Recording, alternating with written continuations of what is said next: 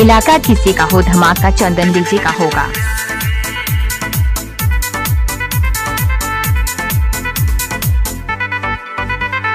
सैया सैया सैया सैया राजा राजा राजा राजा सैया सैया सैया सैया राजा राजा राजा राजा।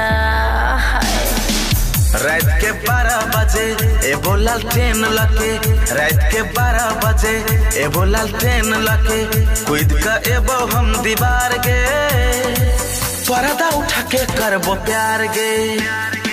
मूड छै ताजा ताजा हमरा से मिल राजा, मूड छै ताजा ताजा हमरा से मिल राजा, कूद के अइहा तू दीवार रे, पर्दा उठा के करिहे प्यार रे।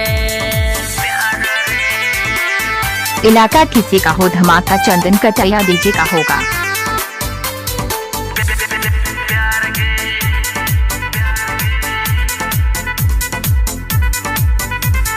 गोरी तोहर पतली कमर, कातिल तोहर तिरछी नजर, चल को असर दिल के भीतर, कटो ने जिंदगी तोरा बिन हमर, खाके कहे जियो कसम हमरा एना नहीं सता।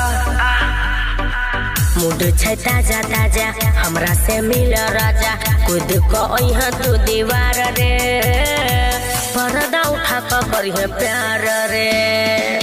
रात के 12 बजे ए बोला ट्रेन लके, रात के 12 बजे ए बोला ट्रेन लके, कूद का एबो हम दीवार गे, पर्दा उठा के करबो प्यार गे। इलाका किसी का हो धमाका चंदन प्रेमी किस कुमार का होगा।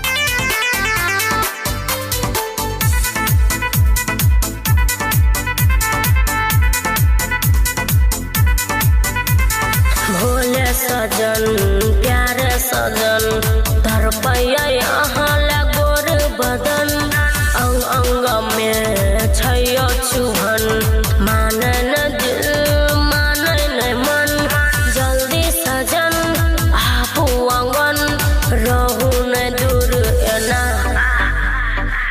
रात के 12 बजे ए बोला ट्रेन लके, कूद का एबो हम दीवार गे, पर्दा उठा के करबो प्यार गे।